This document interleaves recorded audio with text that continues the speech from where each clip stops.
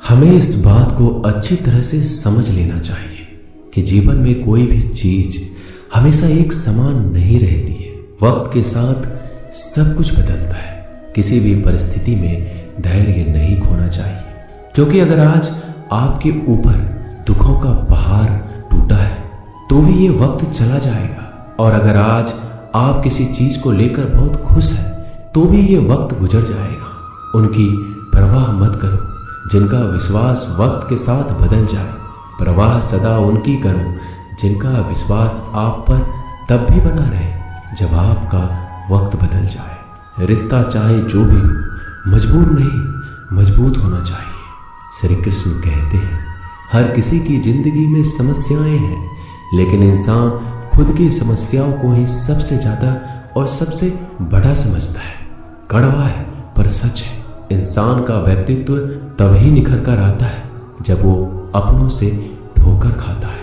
अगर कोई तुमसे कुछ मांगे तो उसे दे देना, क्योंकि भगवान ने आपको देने वालों में रखा है, मांगने वालों में नहीं। अगर जिंदगी में सुकून चाहते हो तो लोगों की बातों को दिल से लगाना छोड़ दो, क्योंकि जिंदगी आगे बढ़ने का नाम है, रुकने का नहीं। श्री कृष्ण कहते हैं, वक्त की मार से गुजर रहे हो तो घबराओ नहीं, आप निखर रहे हो। कुछ तो कमी का ही एहसास है, वरना गंगा पर इतनी भीड़ नहीं होती। प्रेम कभी भी अपनी जरूरत पूरी करने के लिए नहीं होता। प्रेम हमेशा एक दूसरे के सुख दुख में साथ और भावनाओं को समझने के लिए होता है। अगर आपका कोई शत्रु नहीं है तो इसका मतलब यह है कि आप उन जगह पर भी खामोश थे जहां बोलना बहुत जरूरी था। जीवन में आगे बढ़ना है तो बहरे हो जाओ, क्योंकि अधिकतर लोगों की बातें मनोबल गिराने वाली होती है।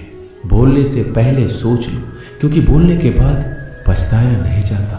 आगे बढ़ने वाला व्यक्ति कभी भी किसी का बाधा नहीं पहुंचाता, और दूसरों को बाधा पहुंचाने वाला व्यक्ति कभी भी आगे नहीं बढ़ सकता। ईश्वर के प्रेम में जो रोने का आनंद है वह संसार की माया में हंसने का भी नहीं है। दरिया बनकर किसी को डुबाने से अच्छा है कि जरिया बनकर किसी को बचाया जाए। लोग आपको जरा सी बात पर छोड़ देते हैं, और श्री कृष्ण जरा सी प्रार्थना से आपका हाथ थाम लेते हैं। उनकी बातों की तरफ जरा सा भी ध्यान मत दीजिए जो आपके पीठ पीछे आपकी चुगली करते हैं। इसका सीधा सा अर्थ है कि आप उनसे 2 कदम आगे हैं। उपवास हमेशा अन्न का ही क्यों, लोभ, लालच, चुगली, काम, क्रोध और गंदे विचारों का भी करना चाहिए। स्वार्थ तो मनुष्य के व्यवहार में शामिल है।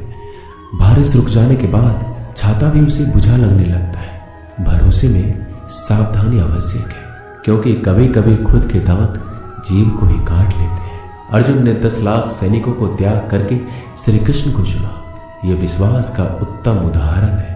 संभाल कर रखी हुई चीज और ध्यान से सुनी गई बात कभी भी काम आ सकती है। जो लोग आपके जज्बातों की कदर नहीं करते, उन्हें अलविदा कहने में कोई बुराई नहीं। जीवन में त्याग के बिना कुछ भी पाना आसान नहीं है। बुद्धि तो सबके पास होती है, परंतु चालाकी करना या ईमानदारी यह संस्कारों पर निर्भर करता है। लड़ने की ताकत सबके पास होती है, लेकिन किसी को जीत पसंद आती है तो किसी को रिश्ते। जिंदगी को कभी तो खुला छोड़ दो, क्योंकि बहुत संभाल के रखी हुई चीज वक्त पर नहीं मिलती। 2 अक्षर का होता है लक, 2.5 अक्षर का होता है वक्त, और 3 अक्षर का होता है नसीब, और सारे 3 अक्षर की होती है किस्मत।